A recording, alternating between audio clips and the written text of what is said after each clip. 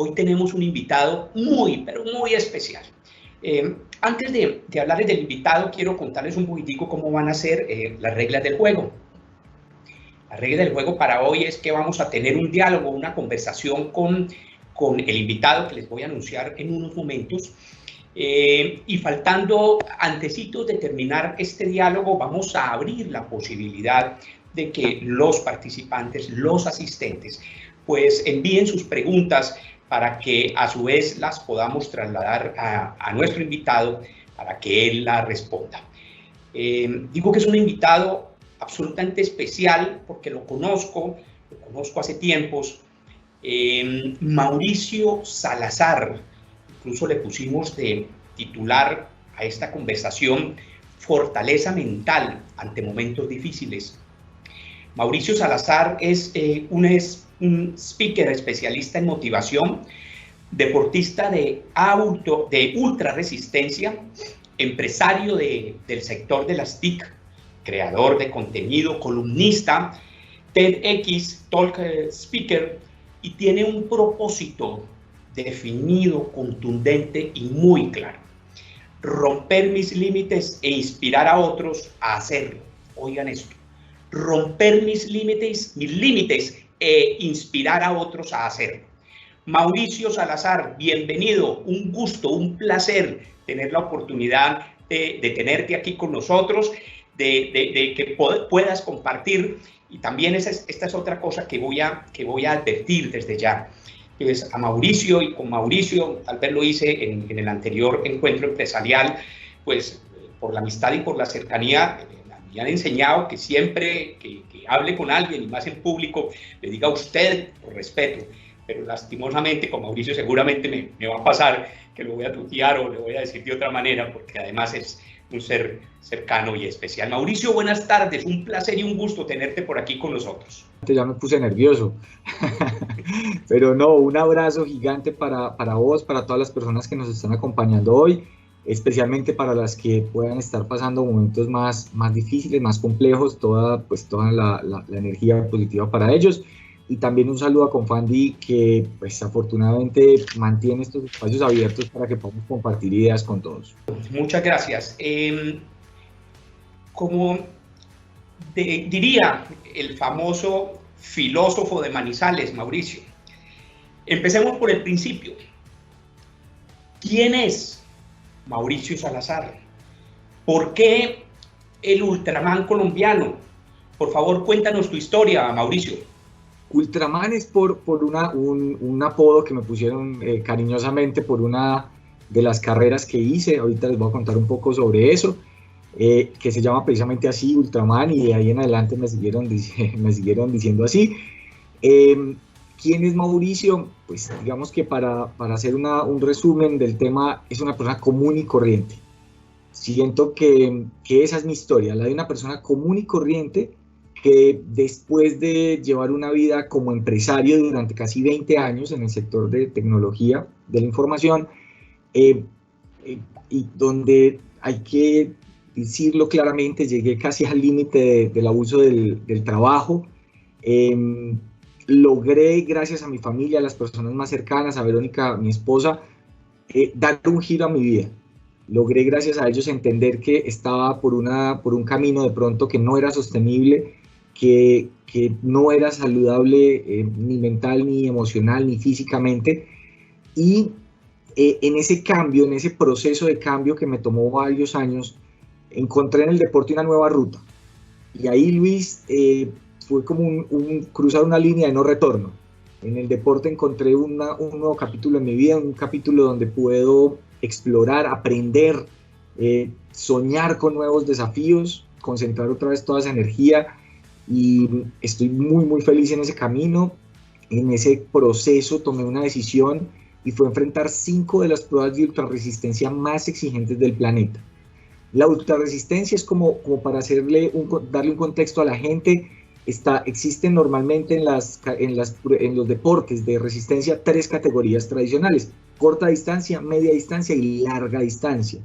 La larga distancia son las maratones, los Ironman, todo eso. Y después de esa categoría existe una que se llama la ultrarresistencia. y son las carreras más duras del mundo, son carreras diseñadas para llevar el cuerpo y la mente del ser humano al límite. Y a eso es lo que me he dedicado en estos últimos años. De esas 5 pruebas que me propuse, ya llevo 3 ya superadas con unas experiencias increíbles. Y en ese proceso empiezo a compartirlo con la gente y se convierte en mi proyecto de vida. Nace como un proyecto individual, un proyecto netamente personal, y en la medida que la gente se va acercando y me va transmitiendo como ese cariño y digamos que ese acompañamiento y esa barra, porque la verdad me han hecho mucha barra, empiezo a crear un proceso de compartir esos aprendizajes tanto como empresario como deportista. Eso ha sido un poco como mi camino hasta ahora. Mauricio, ¿a partir de qué momento, en qué momento asumes esta nueva visión de la vida? ¿Cuál fue como el detonante para que comenzaras a ver la vida de otra manera? Luis, yo creo que esta es una de las preguntas que casi siempre me hacen, y la respuesta yo no sé si es tan encantadora como la gente espera, y es que normalmente cuando vemos procesos de cambio tan radicales en las personas, estamos esperando como que hubiera eso, precisamente un detonante. El 8 de octubre tuve un accidente y vi la muerte. El 5 de enero me diagnosticaron una enfermedad terminal. Cosas de ese estilo es como la respuesta que siempre vemos en las películas, en los libros, y un poco digamos que crea como en el imaginario una fantasía de que tiene que haber un evento casi catastrófico para que uno pueda dar ese cambio. Y la realidad es que muy pocas personas, dentro de la población en general, las personas que viven este tipo de situaciones tan traumáticas son muy pocas. Entonces mi pregunta ahí, o digamos que la reflexión que quiero compartir hoy con ustedes es, ¿y los demás qué hacemos? Porque ni tuve un accidente, ni vi la muerte, ni se me murió una persona cercana que me hubiera cambiado la vida en ese momento, ni nada de eso, no pasó nada de eso. Fue un proceso de reflexión que parte sí de un camino que llevaba pues un poco complicado en ese sentido, como les contaba ahora, y que gracias a las personas más cercanas me sacuden, me ponen tarjeta amarilla y empieza ese proceso de reflexión. Pero me toma años, me toma más o menos 3 años poder hacer esa transición. Desde el momento, eso es como casi todo un ciclo de duelo, donde uno primero entra en negación, aceptación, todos esos pasos que vimos de ese proceso de duelo los viví, hasta que finalmente pude sanar algunos de esos procesos internos, aceptar otros que no estaban resueltos, pero en el deporte encontré precisamente esa ruta para poderlo hacer. Pero mi gran aprendizaje ahí fue, a partir de ensayo y error y muchos fracasos en ese proceso, que cada uno puede crear su propio punto de inflexión. No hay que esperar a que nos pase algo radical para hacerlo, porque si no nos pasa, entonces se nos va la vida. Creo que eso es uno de los puntos que podemos hoy, o que me gustaría como compartir, y que cada uno se lo llevara como reflexión. Ni siquiera el COVID-19 tiene que ser un detonante. Bien lo dices, y te lo entiendo perfectamente porque me identifico, y sabes que incluso me reflejo mucho en ese proceso de vida que estás compartiendo y estás contando, y en esa reflexión previa, madurada, tranquila, que hiciste para tomar esta decisión. Pero digamos que uno mira la historia de Mauricio Salazar, y quiero preguntarle a Mauricio Salazar lo siguiente. Cuando habla de romper los límites, ¿a qué te refieres? ¿Y cómo nace Renacer como filosofía, Mauricio? Renacer es el nombre que le damos a una filosofía de vida. Y esa filosofía de vida parte de mi propia vivencia, de mis experiencias, y cómo cada error y cada acierto empieza a construir una serie de pilares y se convierte en una filosofía de vida como tal. Esta filosofía no busca sino empoderarnos los unos a los otros para que nos demos las personas comunes la oportunidad de renacer, de reinventarnos y de convertirnos en eso que siempre hemos soñado, sin importar nuestro pasado, sin importar, digamos que el punto de partida. Y me parece muy importante eso porque no se trata de dejar todo tirado y entonces me quiero volver chef y dejé toda mi vida tirada, no necesariamente. Pueden ser procesos progresivos, cada uno encontrará su propio camino para eso, pero es una filosofía.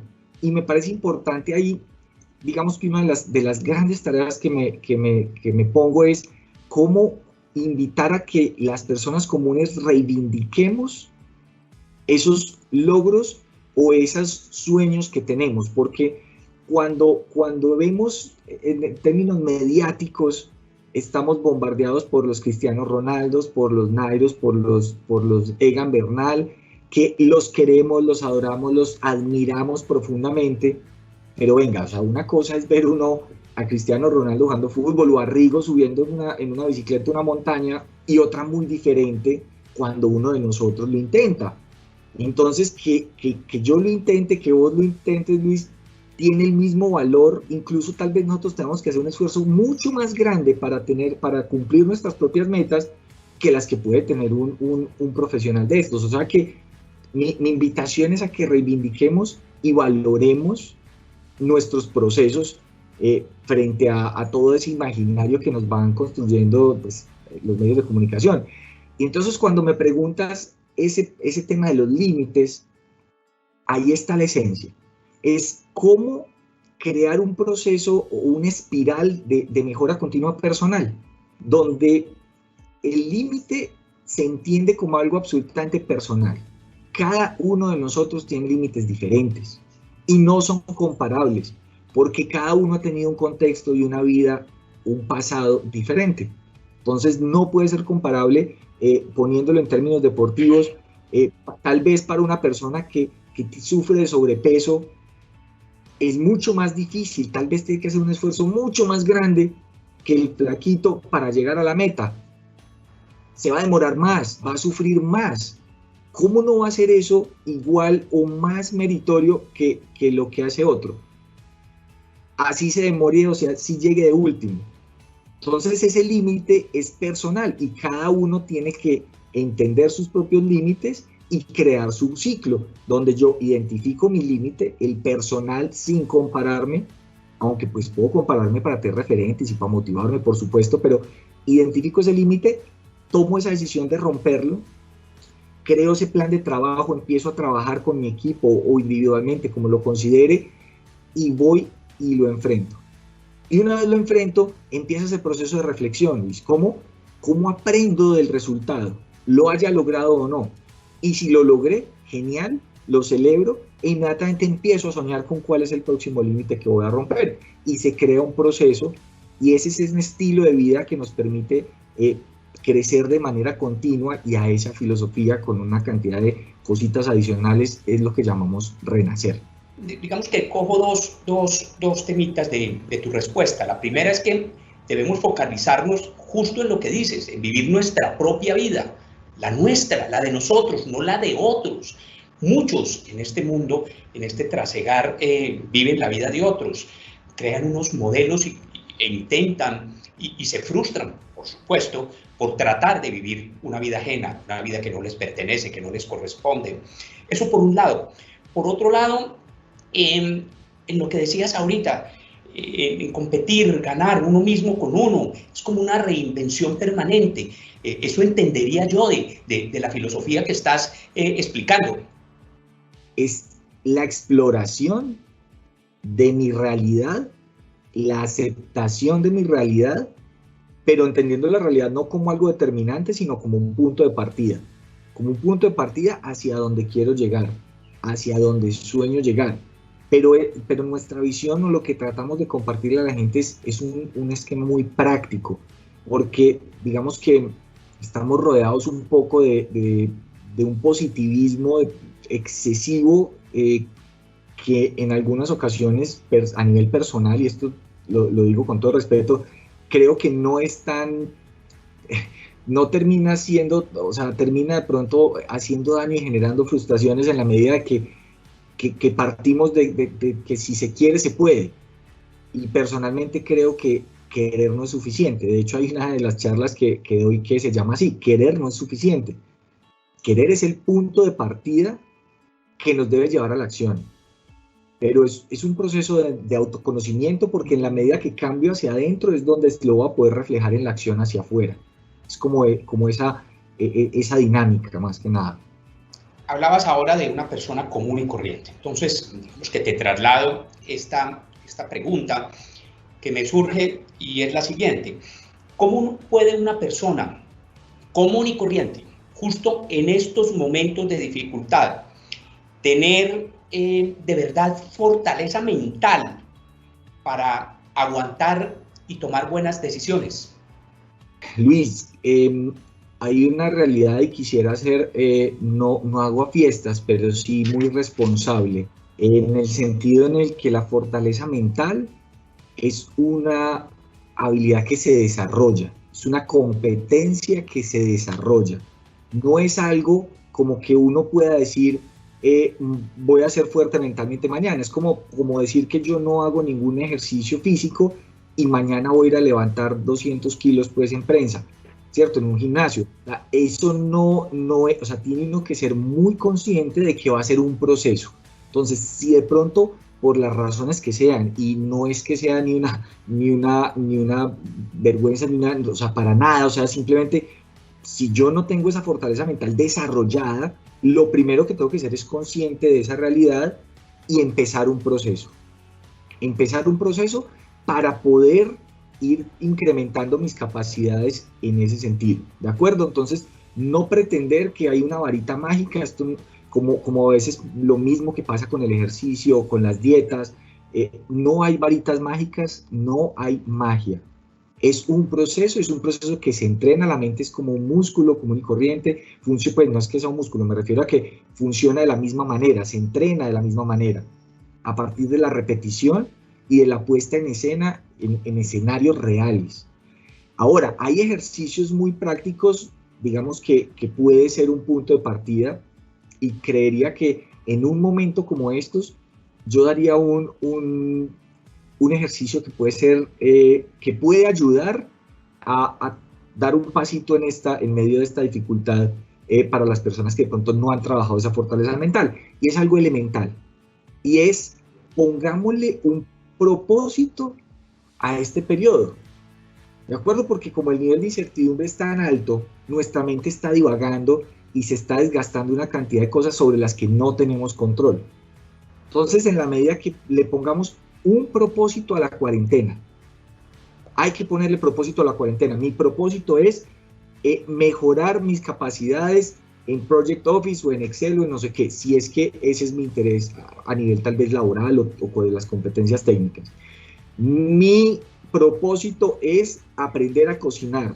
Mi propósito es aprender o reforzar un idioma o lo que sea, pero en la medida que le pones un propósito, por lo menos lo que haces es que la mente deja de divagar y la puedes concentrar en una ruta concreta. Y esa sería una primera recomendación. Pongámosle propósito a la cuarentena. De pronto, y estoy seguro que eso le va a ayudar a bajar la ansiedad a la gente y les va a poder encaminar la energía. Emocionalmente hablando, se vale lo que comúnmente nos dicen que no debemos sentir, en especial en el mundo laboral y corporativo. Te repito, ¿se vale sentir miedo? Absolutamente. Y esa pregunta es bien importante porque en medio de estas situaciones normalmente nos castigamos a nosotros mismos cuando sentimos o cuando tenemos ese tipo de emociones, porque las hemos considerado o socialmente se consideran negativas, ¿sí? Tienes que enfrentar el miedo, entonces se satanizan de una manera en la que creamos una resistencia con ellas. Y quisiera hacer varias claridades. Lo primero es que tiene mucho que ver con esa corriente, como ese positivismo exagerado que te hablaba, donde entonces todo es posible, donde el miedo, digamos que es algo satanizado, como te decía, y hay que destrozarlo y pasarle por encima. Y la realidad es que las emociones, digamos que a nivel como biológico, como ser humano, las emociones no se pueden controlar. O sea, yo lo que siento no es controlable como tal, ¿sí? O sea, y eso es un punto de partida importante de entender. O sea, yo no tengo que tratar de controlar mi emoción. controle el miedo. No, yo no controlo el miedo. Yo lo que sí puedo aprender es a controlar mi comportamiento, mi reacción ante el miedo. Ahí es donde yo sí puedo, a través de una serie de técnicas y una serie de entrenamientos, ahí es donde yo sí puedo concentrar mi energía. Entonces, en ese sentido, lo que yo hago es entender que el miedo es algo natural, ¿sí? Acepto que tengo miedo, lo vivo, pero lo que trato es de concentrarme en ir moldeando es mi comportamiento en esas circunstancias. Y quiero hablar un poco más del miedo para que de pronto lo aprendamos a entender de una manera diferente. Y es, el miedo es una herramienta demasiado poderosa. De hecho, es una de las emociones más primitivas que tiene el ser humano. Y es de las más importantes. Que el ser humano se haya convertido de alguna manera en uno de las especies dominantes o la especie dominante en el planeta, tiene mucho que ver con el miedo, porque el miedo permitió la supervivencia. Cuando los primeros seres humanos enfrentaban las catástrofes naturales, los depredadores, lo que se fue creando biológicamente, la evolución fue el miedo para poder reaccionar ante esas situaciones y buscar cómo sobrevivir. ¿De acuerdo? Entonces el miedo tiene como dos rutas. Una es que te puede de alguna manera congelar y paralizar, ¿de acuerdo? Es una realidad, el miedo te puede paralizar, pero también el miedo te puede disparar y puedes llevar tus sentidos al máximo nivel. Por ejemplo, cuando uno dice, no, es que del miedo se subió por ese muro porque salió, ¿cierto? O brincó porque le iba a atropellar el carro y dio un salto que ni se imaginaba que era capaz. Eso es a raíz del miedo, pero es cuando el miedo despierta y pone al máximo nivel todos los sentidos y se puede reaccionar para sobrevivir. Entonces, en la medida que uno va entendiendo y aprendiendo del miedo, lo puede usar como una herramienta positiva. Se vale, la respuesta es se vale sentir miedo y no nos debe ni avergonzar, ni dar pena, ni mucho menos. Hay que sentirlo y aprender a comportarnos de la mejor manera posible ante el miedo. De acuerdo a lo que nos compartes, Mauro, así es la vida y así es todo en la vida. Todo finalmente es como uno lo vea, como uno lo procese. Hay realidades que son una sola y para unas personas son de una manera y para otras personas son de otra manera la misma realidad. De manera que exactamente lo que dices, el tema del miedo, en la medida en que uno lo sepa entender y más bien lo haga jugar a favor de uno, pues lo que se vuelve es en un motivador y en un detonante de alguna manera para uno generar mucho valor. Mauro, ¿no crees? Como cada emoción es como si fuera una herramienta. Haz de cuenta que tienes una caja de herramientas que es tu mente y ahí tienes guardadas de alguna manera esas emociones y muchas otras que vas construyendo, y esas herramientas, como todas, son de doble filo. Haz de cuenta que tienes, no sé, un martillo, y claro, con el martillo puedes clavar una puntilla para colgar un cuadro increíble, o te puedes machucar el dedo. Entonces es qué tan hábil te vas volviendo en manejar cada una de esas herramientas. Otra pregunta que me surge y que seguramente nos vas a contribuir mucho con tu participación y con tu comentario es, Mauricio, danos por favor, justo hablando de esa caja de herramientas, cojamos ese ejemplo que acabas de mencionar, la caja de herramientas. Por favor, danos 3 herramientas, 3, que te hayan funcionado para aprender a controlar mejor nuestra mente y evitar que pensamientos de pronto equivocados, distorsionados nos perturben. Conectarlas con lo que estamos viviendo en este momento con el tema de la pandemia de coronavirus para que sea muy práctico para las personas que nos están acompañando. Y es, nuevamente, el primer punto sería darle un propósito. Esa herramienta de construirle un propósito a esa crisis lo vuelve algo superior. O sea, cuando yo digo de este momento malo, que es malo y digamos que no tenemos control sobre él, ¿de acuerdo? Porque eso es parte de la crisis. En ese momento uno no tiene control, y a mí me pasa mucho en las mismas pruebas deportivas. Yo, por ejemplo, lo primero que hago es eso, es entender qué está bajo mi control y qué no, ¿de acuerdo? Porque yo sé que yo, por ejemplo, no puedo controlar ni que llueva o haga calor, no puedo controlar si estoy nadando en el mar, no puedo controlar la velocidad del viento ni la dirección de la marea. Si estoy haciendo negocios, yo no puedo controlar la tasa de cambio, ni que haya un tema del precio del petróleo, qué sé yo. Entonces, en la medida que yo separo lo que depende de mí y lo que no, entiendo que la situación puede ser complicada, difícil, pero al darle propósito, tengo que sacar, me obligo a sacar algo positivo dentro de la situación. Y no es desconocer la realidad, ni porque las cosas hay que llamarlas por su nombre. Listo, es una crisis, perfecto. Pero de esta crisis, yo me comprometo conmigo mismo con este propósito. No necesita ser algo gigantesco, no, puede ser pequeño en las medidas de las posibilidades, pero ponerle un propósito es herramienta número 1. ¿De acuerdo? Herramienta número 2. Frente a la crisis o a esta crisis, creo que por el tema del confinamiento, por el tema del cambio de esquema de trabajo al trabajo desde la casa, por la incertidumbre que tenemos entre empleadores y empleados o colaboradores, yo diría que una segunda tarea es canales de comunicación claros y transparentes. La manera en la que yo puedo aterrizar esa incertidumbre para que no se me convierta en una ansiedad y empiece a tener esos pensamientos que decías perturbadores y equivocados, es tener canales de comunicación claros. Yo como empleador, como líder en este momento, debo poder comunicarles de manera franca la situación a mis colaboradores. Y eso, por más difícil, por más duro que sea en el momento que se comunique una mala noticia, es mucho más respetuoso y se valora más que tratar de mimetizar y de camuflar un poco la situación. Entonces, canales de comunicación, tanto a nivel laboral como a nivel familiar. Porque obviamente la tensión empieza a subir en los hogares.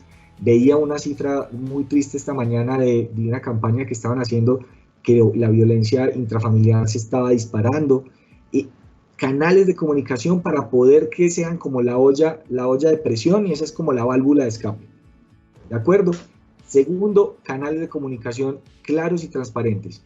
Y el tercero es una herramienta muy sencilla y es recortar los ciclos. Me explico.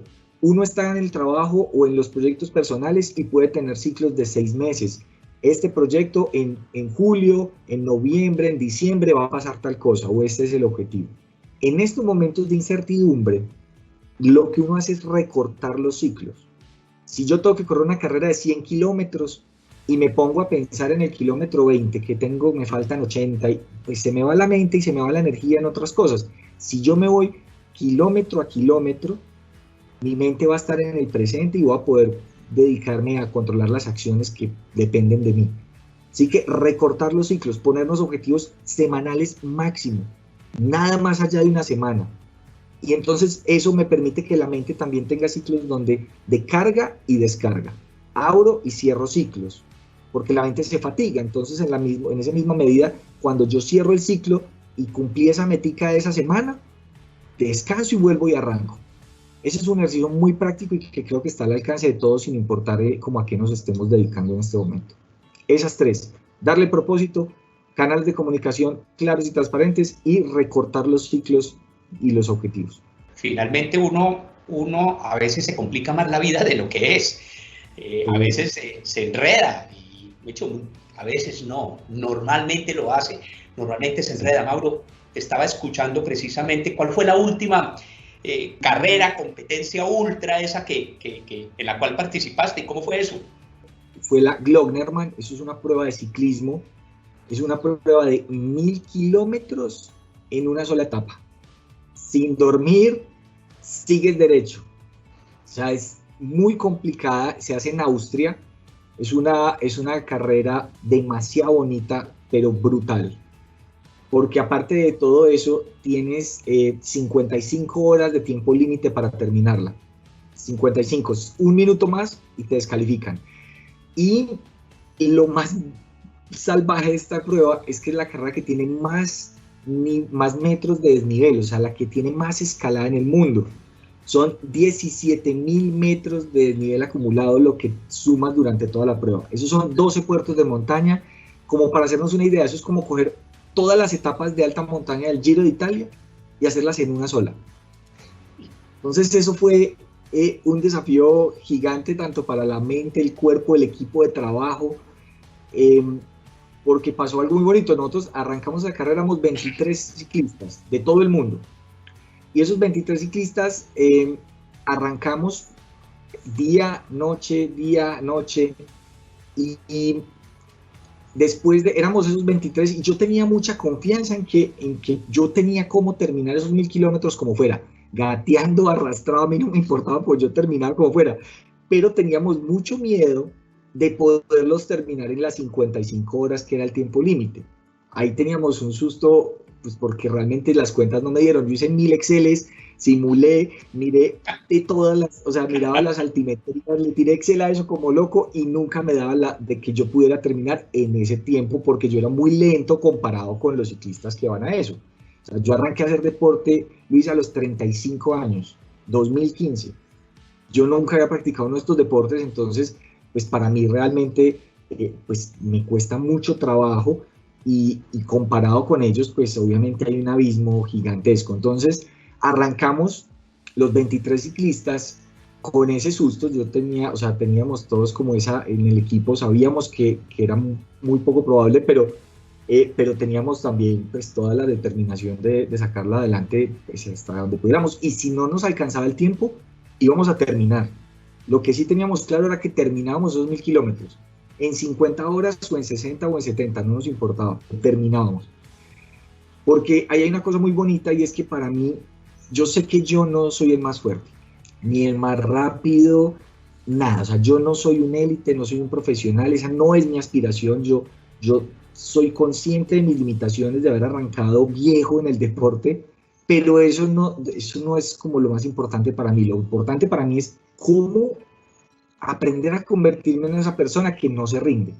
Ese es todo mi mundo, se trata de eso, cómo aprender a no rendirme, a terminar lo que me propongo. Y entonces cuando arrancó esa carrera, a pesar de que teníamos pues todas esas incertidumbres, inseguridades, miedos, yo llegué y cuando terminé la carrera quedé 15, ¿sí? Que Luis, pues de 15 uno no está tan malo, ¿cierto? O sea, uno puede llamar a la mamá y le dice con orgullo, mamá, quedé de 15, y no es tan grave, pues entre 23, pero lo que no te imaginas, Luis, es que dentro de esa carrera yo llegué de último, porque resulta que todos los demás se fueron retirando mientras iba avanzando la carrera. Fue tan dura que los demás se fueron retirando y yo me demoré de las 55 horas, yo llegué en la hora 54 horas 53 minutos. O sea, yo llegué a 7 minutos de que nos descalificaran. Entonces eso fue toda una novela, la llegada, cuando llegamos ya estaban desmontando, ya estaban guardando las cosas, pues eso fue un drama total, una novela de verdad la llegada, pero fue muy emocionante y obviamente, pues sí, yo llegué, o sea, llegué de último. Pero para mí, hermano, o sea, nunca un latinoamericano había logrado terminar esa prueba. Entonces, para mí eso, pues para nuestro equipo era como habernos ganado el oro en las Olimpiadas. Eso era una felicidad que no te imaginas. Y yo creo que hay un mensaje muy bonito, porque yo no sé, pues, si alguno de ustedes, de los que nos están viendo ahí, ha quedado último algo en la vida, pues de último en alguna cosa en la vida, ¿cierto? Yo no sabemos si en el futuro, pues el futuro nos tenga como reservado un último puesto en algo, pero para los valientes que estén dispuestos a llegar de últimos, en vez de retirarse y de rendirse a mitad de camino, o sea, toda mi admiración y todo mi respeto, Luis, porque van a tener que aprender a ser más valientes, más resistentes, más fuertes que el que llega de primero. Y se los digo ahí como por experiencia propia, porque yo en esa carrera recuerdo que terminé sufriendo 14 horas más que el que llegó de primero. 14, Luis. Pero finalmente creo que el gran mensaje aquí es que cuando apuestas en grande, hasta llegar de último vale. Ustedes ven que de pronto Mauricio se sonríe y hace algunas vainas, es que me ve al interior por cámara con mis expresiones de sorpresa. Yo soy un poco expresivo y me ve mis expresiones de sorpresa que, pues, por supuesto, oyendo una historia como esta, me impactan mucho. Finalmente, el tema de llegar de último o no llegar no es el tema es llegar y finalmente es cumplir y superar los límites que uno mismo se pone, porque los límites están aquí, lo has dicho, Mauricio. Pero Mauricio, una pregunta que me sale de este Ultraman. ¿Tiene que ser justo uno un Ultraman para poder asumir los retos que nos pone la vida de la mejor forma? Yo lo trato de compartirlo, o sea, mi ruta ha sido irme al extremo, la mía, la de Mauricio Salazar, pero para nada quiere decir que si uno no llega a esos extremos, entonces no cuenta, como les decía, o sea, es que a mí muchas veces se me acerca la gente y me dicen, no, Mauro, pero es que, no, yo corro 5 kilómetros en la ciclovía y ya quedo muerto, en cambio vos corres 200. Yo le digo, venga, un momentico, ¿a usted quién le regaló esos 5 kilómetros? Nadie, a usted los tuvo que sufrir y los tuvo que sudar. Entonces hay que valorarlos, y son suyos, y pueden ser más valiosos que mis 200. Y mucho ojo, que hay una cosa muy importante que a veces perdemos de vista, Luis, y es que a esa persona, a ese que corrió 1 kilómetro, el que todavía no corre quiere ser como él. O sea que de alguna manera todos inspiramos. Y yo hablo mucho de que Renacer es una tribu, y es una tribu donde todos inspiramos, porque es como las personas comunes entendemos que eso, es que no hay que ser un Ultraman, y es que mi límite, así sea correr 1 kilómetro, no importa qué piense el resto del universo frente a ese límite. Si le parece ridículo, pues allá ellos, pero ese es mío, y ese es mi gran desafío. Entonces al final del día casi que ser un Ultraman es como un estilo de vida, más que no tiene nada que ver con la magnitud del límite que quieres romper. Es más eso, es un concepto de vida, una filosofía de vida. A todos los asistentes, invitarlos a que puedan, vamos a abrir el chat para que nos formulen preguntas que al final de la conversación, obviamente dentro de los límites del tiempo que nos hemos propuesto, vamos o nos va a responder Mauricio, vamos, como dice el famoso filósofo de Manizales, vamos suena paseo, doctor Mauricio. Entonces, a partir de este momento abrimos el chat para que ustedes vayan formulando las preguntas y nosotros se las vamos trasladando a Mauricio. Mauricio, ¿disciplina o talento? Disciplina en el sentido de que cuando definimos talento como algo, como un don o algo que la naturaleza le dio a alguien en particular, ¿de acuerdo? Yo siento que la disciplina es como la manera o la forma, la disciplina y la perseverancia combinadas, creo que son como la forma en la que la naturaleza le dio democracia a las personas para poder enfrentarse a la vida, porque no todas tenemos talento, ¿cierto? Eso es clarísimo. O sea, no todos somos Messi, pero todos sí podemos ser disciplinados, ¿cierto? Entonces la disciplina, la perseverancia, ese tipo de valores están siempre disponibles para cualquiera de nosotros y nadie nos los puede negar. Entonces, de alguna manera, a mí a veces me preguntan o me ponen ahí como en comparación con un superhéroe y yo le digo, pues, ¿cuál sería mi superpoder? Yo le digo, mi superpoder ha sido ese, la disciplina y la perseverancia. Yo no tengo ningún otro superpoder, ¿sí? Entonces es como entender que son temas que están disponibles para cualquiera y no hay restricción. Y no hay un dueño de eso, o sea, vos puedes ser disciplinado, perseverante y yo también, y eso se multiplica sin importar las condiciones, las circunstancias. El talento es algo que por su propia naturaleza está reservado para algunas personas por la razón que sea. Entonces, para los que no somos Messi, disciplina. Muchas gracias. Mauricio, nosotros, cualquier ser humano normal y corriente, como lo hablábamos ahorita, un pequeño empresario, un mediano empresario, una persona del común, como tú, como yo, ¿cómo nos podemos automotivar en estas épocas de confinamiento, Mauricio?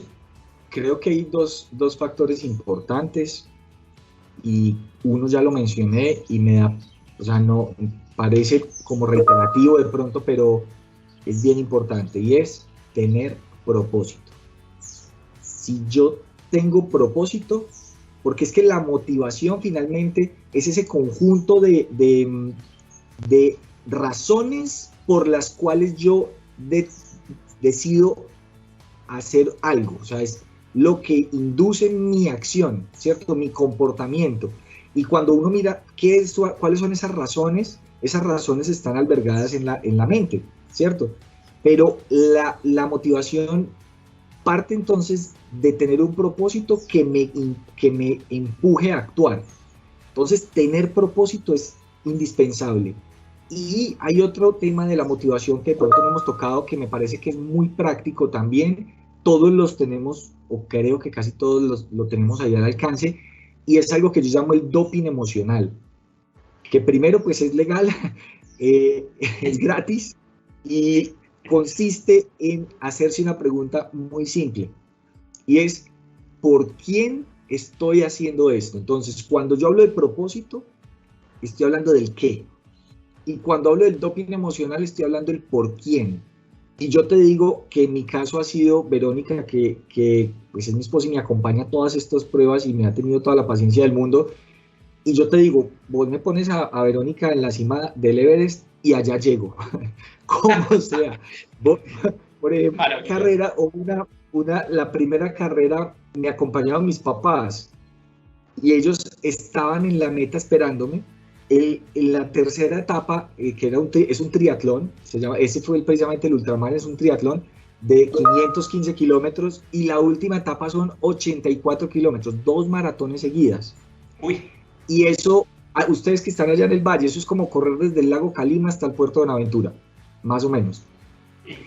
Y yo en la mitad, ni siquiera en la mitad, como en el kilómetro 40 y algo, 30 y algo, no me acuerdo, tuve una crisis brutal.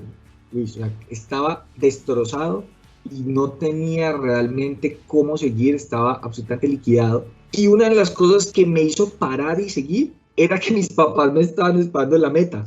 O sea, ¿cómo no llegan si están los papás allá? Eso era una presión, pero finalmente se convirtió en un motor y por eso yo lo llamo el doping emocional. Tener esas personas que te mueven el corazón ahí presentes se convierten en un factor de motivación muy, muy robusto. Súper, Mauricio, doping emocional, no se me va a olvidar ese término nunca en la vida, además nunca lo había escuchado, buenísimo, doping pero emocional. Es para usarlo, es para usarlo. Claro, por supuesto, perfectamente claro. Mauricio, una pregunta final, que tenemos el chat a reventar con preguntas, buenísimo además. Una pregunta, ¿qué mensaje final le dejaría Mauricio Salazar a un pequeño o mediano empresario que nos está viendo en estos momentos y que ante la situación de incertidumbre que estamos afrontando, justo precisamente no encuentra cómo ver caminos, no encuentra caminos para continuar con esta carrera de la vida, carrera empresarial, carrera a la que le ha apostado su vida con el alma? Hace unos días escribí precisamente sobre eso.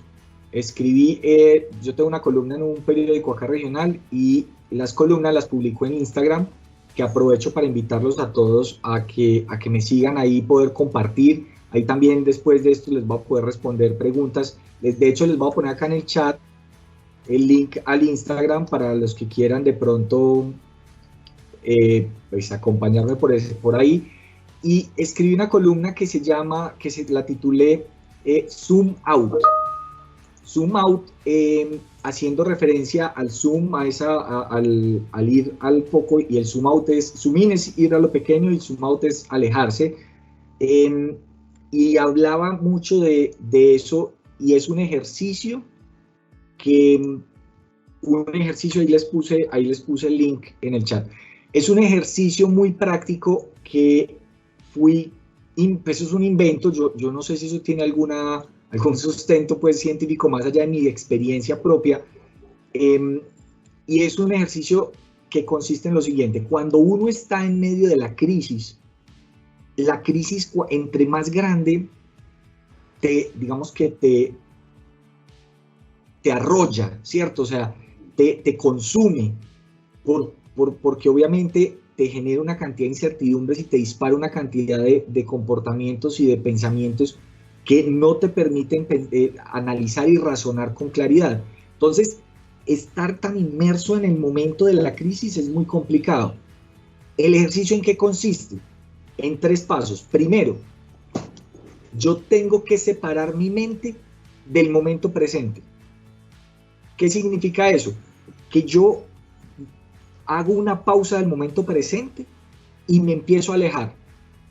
Y en vez de ver ese instante que estoy viviendo, empiezo a ver horas, días y años hacia atrás y hacia adelante. Entonces empiezo a ver la línea del tiempo lo más lejos posible, hasta que llego a ver décadas hacia atrás y décadas hacia adelante. En mi caso, yo tengo 40 años, cumplo precisamente mañana, 40 años. Yo cuando me hable... ¿Señor? ¿Qué es esa dicha? Tenemos que celebrarlo, sí, aunque sea a la distancia. Yo los 40 en cuarentena, pero bueno, no se me van a olvidar. Entonces ese ejercicio consiste, ese primer paso es en alejarme de la línea de tiempo. Yo me separo mentalmente del instante que estoy viviendo y miro la línea de tiempo desde lejos. Y entonces, ¿qué pasa? El siguiente paso es de analizar que hay una realidad antes y una realidad después de lo que estoy viviendo. No existe solo el presente en ese momento a manera de ejercicio. Sí existe el presente únicamente desde lo que estamos viviendo, pero mentalmente es muy provechoso poder separarse del presente por un instante en esas circunstancias de crisis. Cuando yo entiendo que hay un pasado, décadas de pasado, donde cada obstáculo me ha ayudado a construirme y a convertirme en lo que soy, que cada obstáculo es parte de mis fortalezas hoy, empiezo a valorar esas crisis del pasado. Y en la medida que yo veo hacia el futuro, voy a entender que si hoy me concentro en superar esta crisis, se convertirá en una nueva fortaleza para enfrentar el futuro. ¿De acuerdo? Entonces yo me separo. Segundo, analizo que hay pasado y hay futuro. Y tercero, entiendo que cada crisis, por definición, tiene un comienzo y tiene un final. ¿Qué va a pasar? Cuando yo ya entiendo que en 6 meses, en 12 meses o en 2 años me voy a estar riendo de esta situación, va a ser una anécdota de lo que pasó sin desconocer que haya sido muy complicada, pero va a ser una anécdota más de mi pasado, tal como han sido todas las otras dificultades que ya he superado. Entiendo que esto va a tener un final.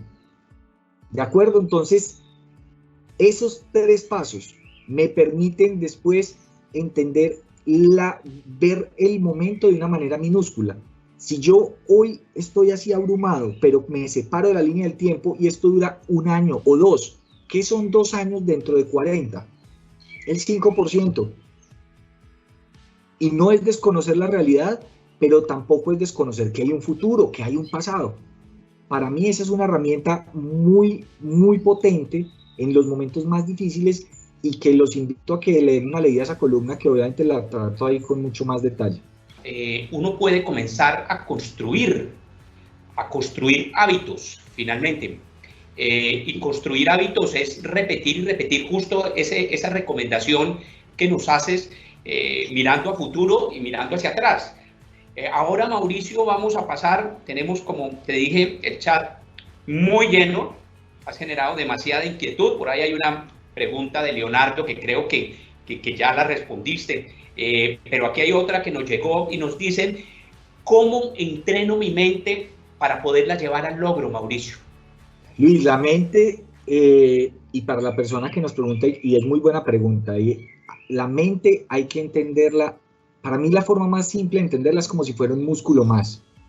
Y es un músculo que hay que trabajarlo todos los días de manera progresiva para poder ver los resultados.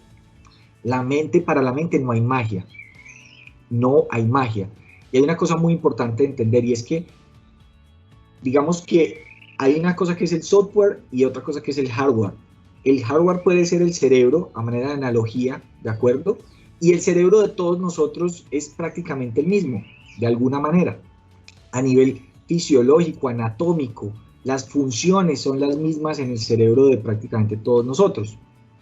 Ahora, lo que hay que entender es que ese cerebro funciona dentro de un contexto. Y ese contexto sí es absolutamente particular, Luis. Cada uno de nosotros tiene un contexto distinto. Depende del colegio en el que estudiaste. de qué tan estricto o no fueron tus padres, si tus padres fueron casados toda la vida o se separaron, cómo te trataban tus hermanos, si eres el mayor o el menor y te hacían bullying. Todas estas pequeñas cosas de la infancia y del proceso de maduración como personas crean un contexto que hacen que la mente de cada uno funcione diferente. Entonces, no hay una sola receta para trabajar la mente, es lo que quiero decir. Cada uno, lo que a mí me funciona muy bien, puede que a ti, Luis, no te funcione bien, y viceversa. Entonces, por más herramientas que haya, la ventaja es que hay muchas diferentes. Acá les he compartido algunas que a mí particularmente me han funcionado. El ejercicio, la invitación es que cada uno empiece a mirar cuál le funciona mejor. No, es que a mí me funciona muy bien el martillo, pero puede que a vos te funcione mejor el alicate. Esas herramientas, en la medida que yo las pongo en práctica, voy a poder saber cuál me funciona mejor a mí, a mi mente, a mi contexto. Y cuando hablo de ponerlas en práctica, es en la vida real. No se trata de, o sea, esto no es como un simulador donde yo me siento en la cama y digo, no, si llega la crisis hago esto. Porque si hay algo difícil en la vida es poder ser coherente entre lo que yo sé que tengo que hacer y hacerlo realmente cuando está la crisis. Yo sabía, por ejemplo, en la Costa Brava, que fue la segunda prueba de ultrarresistencia, había que nadar entre 2 islas en el mar Mediterráneo. Eran 23 kilómetros. Me demoré 10 horas y media nadando sin parar en el mar abierto, la cosa más complicada del mundo. Para mí eso fue muy duro. Y en ese momento, yo lo que les quiero decir es que la mente, yo no logré superar las crisis ahí, sino que yo las construí esas habilidades fue durante el entrenamiento. ¿De acuerdo? Y yo no hubiera tenido cómo superar las crisis que vivía allá en esa experiencia si no las hubiera entrenado muchas veces y sufrido muchas veces antes de llegar allá. Entonces la mente se entrena en circunstancias reales. Yo tengo que crear escenarios lo más reales posible para que yo pueda mantener esa coherencia, porque yo ahí estaba en la mitad del mar tirado sin saber qué hacer, pero no era que no supiera qué hacer, yo sabía que tenía que seguir nadando, pues eso lo sé, y creo que cualquiera lo sabría en ese momento. Vaya, nade pues, después de 5 o 6 horas con la corriente en contra. La coherencia se va logrando, o el nivel de probabilidad de éxito se logra en la medida que lo practicas en las fases previas. Y hay que aprovechar cualquier situación real para practicarlo. Dentro de todo este proceso, Mauricio, nos preguntan qué papel juega la espiritualidad para esta fortaleza mental. Es una pregunta bien interesante. Yo no soy una persona religiosa, respetando profundamente las creencias y prácticas de cada persona. Yo encontré una conexión desde el deporte, desde llevarme al extremo y con la naturaleza. Esos han sido como mis tres, como mis maestros espirituales, por llamarlo de alguna manera. Porque cuando llegas al límite, cuando te expones al umbral, a tu propio límite, entras en una zona desconocida donde aprendes a, digamos que empiezas a entender de qué estás hecho, empiezas a entender cuáles son tus capacidades, cuáles son tus zonas de mejora, tus posibilidades de mejora. A mí me lo ayuda a entender cuando llego al límite. No quiere decir que esa debe ser la ruta, por supuesto, es simplemente lo que a mí me ha funcionado y ese ha sido mi camino de espiritualidad. Entonces mis grandes maestros han sido eso, y llevarme al límite, y mis grandes maestros han sido la naturaleza, el mar, las montañas, la nieve, porque tuve toda una temporada de preparación para el entrenamiento en frío extremo. Cada uno de esos elementos de la naturaleza han sido mis grandes maestros. Me han enseñado la humildad cuando me tumban de una bicicleta por una ráfaga de viento. Me han enseñado la humildad cuando casi que pierdo el conocimiento por fatiga, por sueño, por lo que sea. O sea, todas esas condiciones extremas me ha hecho enfrentar, han sido mis grandes maestros. Esa ha sido mi ruta espiritual, y lo que sí considero es que es muy poderosa pero cada uno debe tener o encontrar su propia ruta. También creo que esa es como la responsabilidad de cada uno, explorar a ver cuál es su ruta. Por aquí nos dicen cómo fortalecemos la disciplina para una persona que normalmente no tiene el hábito de la disciplina.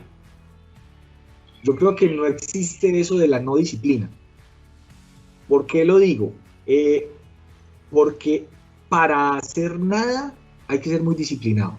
O sea, si yo digo yo no hago nada, una cosa es no hacer nada un día, pero si una persona no hace nada todos los días, o dice, no, es que mi problema es la televisión, porque veo todos los días televisión, pues eso es disciplina, ¿de acuerdo? Entonces, la disciplina todos la tenemos, no es que yo no leo, pero pues entonces tiene en teoría la disciplina de no leer, ¿sí? O sea, o sea, no hay que, yo no lo siento como de que no exista la disciplina de alguna persona o en otra, no. Lo que sí es que hay que aprender qué me genera mis disparadores de la acción, porque esa motivación de la que hablábamos es lo que genera acción y lo que direcciona la acción. Entonces, puede que a mí no me guste nadar en una piscina, y es un caso real, a mí no me gusta nadar en la piscina. Pues a mí me gusta nadar media hora o una horita máximo, pero cuando estaba en esa carrera que les conté, me tocó durante 8 meses, nadaba entre 6 y 8 horas diarias. Había jornadas de 4 las más cortas, hasta 6, 7, 8 horas diarias. ¿Vos sabes qué es nadar 6 horas en una piscina de 25 metros? Yo lo odio. O sea, no crean que es que a mí qué dicha, voy 8 horas para una piscina a contar baldosas. No. Pero para mí, la motivación que me hacía parar a ir a meterme en esa piscina era soñarme. Yo me soñaba nadando en el Mediterráneo. Para mí eso era mi gran sueño. Entonces, eso me motivaba a tener las acciones diarias. Vuelve y juega el tema de tener un propósito claro y muy poderoso. Mi pregunta es de qué manera el mantenimiento de esa fortaleza se puede utilizar para desarrollar nuevas maneras de hacer las cosas. Es decir, cómo usar de forma sostenida la fortaleza mental como fuente de innovación. A ver, hay una cosa que de pronto esto va un poco en contravía a lo que uno lee, a las tendencias de pronto empresariales, donde se dice innove o muere, la innovación continua. Yo personalmente siento que son ciclos. Yo no me desgasto tratando de, o sea, una cosa es el qué y otra cosa es el cómo, ¿cierto? La innovación se da muy desde el cómo, pero a mí se me da de manera natural es en los ciclos donde yo ya tengo claro el qué, tengo claro el propósito. Y cuando yo tengo un propósito claro, mi comportamiento es ir a muerte por el propósito. No me concentro tanto cómo lo hago de manera innovadora, no. Soy eficiente, voy y busco cómo llegar a mi propósito.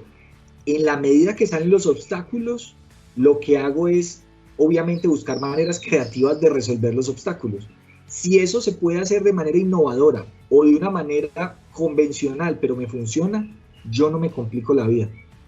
Realmente, o sea, si yo tengo que subir un puerto de montaña, y pues, ¿qué me voy a poner a inventar, cierto? Si yo lo puedo hacer de una manera fácil, lo hago de la manera más fácil, la que me funcione. Entonces, cuando esos ciclos, yo los manejo como ciclos, y yo termino un reto donde sí tuve que haber innovado en muchos momentos, porque como eran en eventos inéditos, para mí era algo que nunca había hecho, pues tuve que ser innovador para poder llegar allá, seguramente, pero cuando cumplo el reto, cierro ese ciclo y descanso, porque digamos que uno tiene que capitalizar ese ciclo que hizo, llamémoslo de innovación. No puede uno desgastarse en simplemente considerar que hay que innovar, o hacer las cosas de una manera diferente, o hacer las cosas de una manera nueva. No necesariamente. Hay que hacer las cosas de la manera en que funcionan, y más en situaciones de crisis. Si se logra de una manera simple, hágalo simple. Si no lo logra, sino de una manera más compleja, más innovadora, perfecto, lo que le funcione. Y cierre el ciclo, capitalice esa innovación y vuelva y arranque, para que también recargue fuerzas financieras, emocionales, físicas. ¿De acuerdo? Porque normalmente innovar en muchos casos requiere también caja, requiere desgaste emocional y físico e intelectual de las personas. Entonces, yo lo que hago es eso. A mí me parece que hay que ser muy práctico en ese sentido. Hoy nos dimos, como dice la canción de Marc Anthony, nos valió la pena. Por eso realmente nos extendimos un poco. Conocer la experiencia exitosa y maravillosa de nuestro ultraman colombiano Mauricio Salazar valió la pena. Entender que no necesariamente uno tiene que ser un ultraman para poder jugar un rol y un papel diferente, aterrizado, concentrado, con foco, poniéndose sus propios límites y rompiéndolos, valió la pena. Mauricio, mil gracias por haber aceptado esta invitación, por haber compartido con nosotros. Ha sido un gusto, un verdadero gusto poder conversar contigo, poderte tener y poderte dar la oportunidad, además, que te conectes con todo este público que nos acompañó en la tarde de hoy.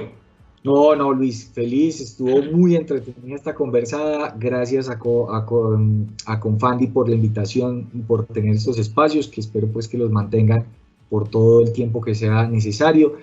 Que un saludo a todas las personas que nos acompañaron hasta acá y que me aguantaron toda esta carreta. Y les hago una invitación final ahí a que extendamos este espacio, porque veo que quedaron muchas preguntas sin resolver. Me las pueden hacer todas las que quieran por Instagram, siempre respondo, entonces así me tomo un poquito, me tienen paciencia, pero cualquier pregunta que me quieran enviar por ahí, súper bienvenida. Me pueden encontrar como Mauricio Salazar Ultra, inmediatamente ahí sale, y les voy a dejar un link ahí en la biografía del Instagram a una charla TED que hice hace un par de años, que es muy pertinente para este momento. Es una charla donde se habla de la persistencia y la resiliencia. Así que todos invitados, por favor, a que la vean y que la tengan muy presente en estos momentos de dificultad, que con seguridad pues saldremos adelante. Así que un abrazo para todos y muchas gracias de verdad. Mauro, de nuevo muchas gracias a todos los que nos acompañaron hoy, por supuesto a Confandi por este espacio que nos brinda permanentemente, a todo el equipo de trabajo, a Jacobo Tobar, director general, y todo ese equipo de trabajo que está ahí pendiente, que está ahí apoyando, que está colaborando y, como lo hemos dicho, mostrándole caminos y extendiendo la posibilidad de darle oportunidades a la gente para que no se sienta tan sola, se sienta acompañada y encuentre inspiración en estos encuentros, valga la redundancia, encuentros empresariales que estamos realizando.